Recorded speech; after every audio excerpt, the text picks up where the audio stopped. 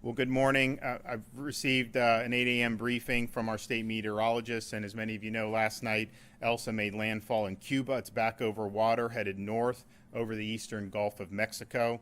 As of 8 a.m., the National Hurricane Center advisory located Elsa 55 miles west of Key West, and it's moving north-northwest at 12 mile an hour.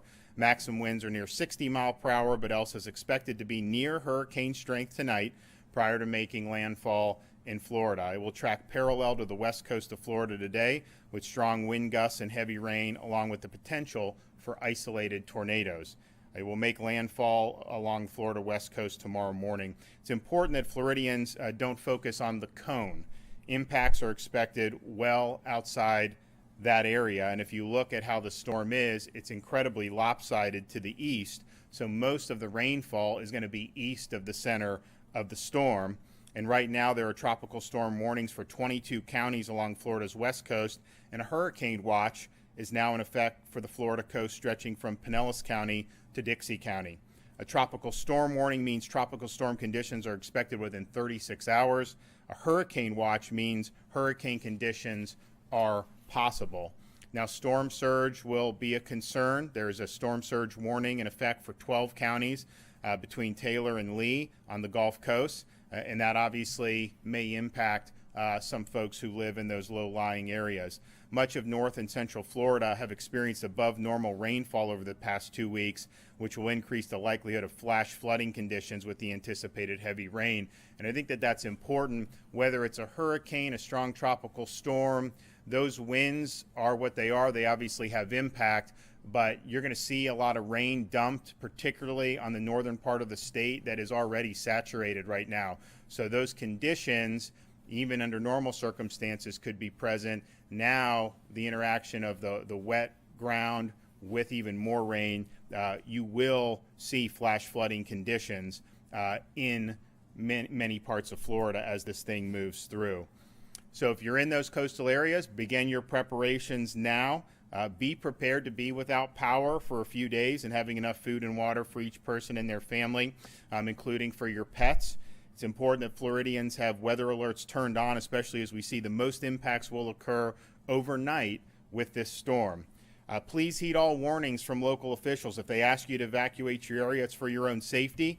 Counties will open shelters if they issue evacuations. Now, we don't anticipate any widespread evacuations as a result of this storm at this point. It pretty much has been focused on people who are power dependent or who have special needs. There could be targeted low-lying areas in some of those counties, and so what we would just tell people is heed the warnings. If those orders are issued or if those orders are recommended, please heed the call on that. But again, in terms of any type of widespread evacuation, we don't anticipate that will be something that's necessary.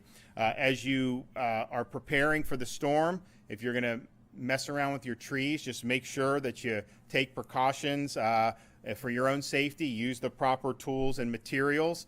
We see every year, we see incidents result either pre or post storm for people who are cutting down trees. And of course, if you do lose power and decide to use a generator, please make sure to use it appropriately. The exhaust must go to open air and not inside your home, not inside your garage, and also not inside under an open window. Sometimes people will put it right out their window, have the window open with the power cords running, and the exhaust comes into the house. As Kevin Guthrie and I have pointed out over the last couple days, the last 4 years, there have been more fatalities as the result of people getting carbon monoxide poisoning than direct impacts from the storm. And so please use that appropriately and just understand that if that is put inside a house, that is very, very hazardous to people's health and safety. So the state is well equipped to handle the storm.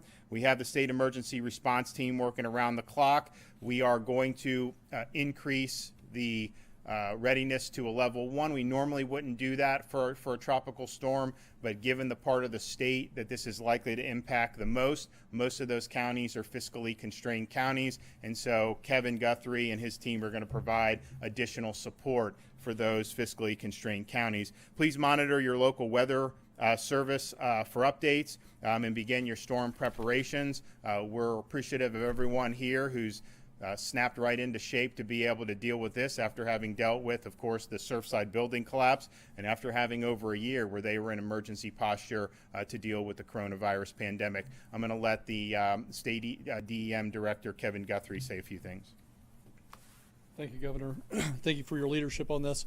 Again, our hearts are out, go out to Surfside, and our prayers for the continued response there. We do have a microcosm of the state emergency response team still downrange in Surfside, helping them out. I obviously came back last night with the governor to get ready for this event, but we arrived to an already activated EOC.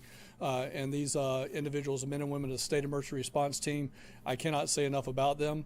They are professionals at what they do. They are the best in the world, and they have been carrying on for well over 480 days now straight.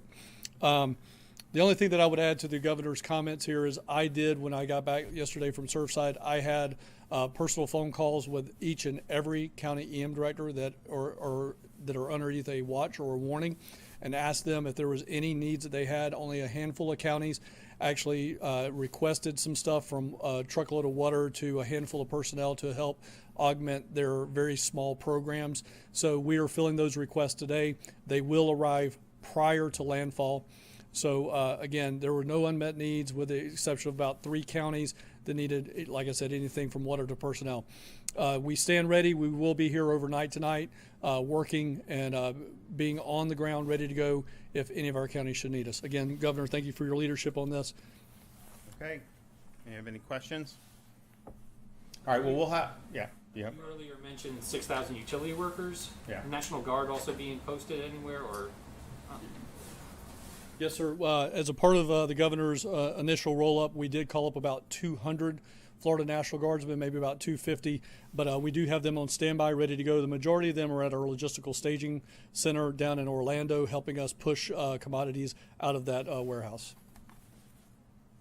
We'll have another update. The 11 a.m. advisory for the National Hurricane Service, if they are going to make changes to the track. We don't anticipate any major changes being made, but I do think, and again, the impacts are going to be far to the east of the actual eye of the storm, but we are in a situation where they're looking at Levy County, Citrus County, Dixie County area as landfall. But if it does wobble one way or another, I mean, that obviously would impact that. So we may see an update in the track at the 11 a.m., and then we'll obviously have a 5 p.m. advisory as well. So we'll continue to provide updates as we go. Thanks.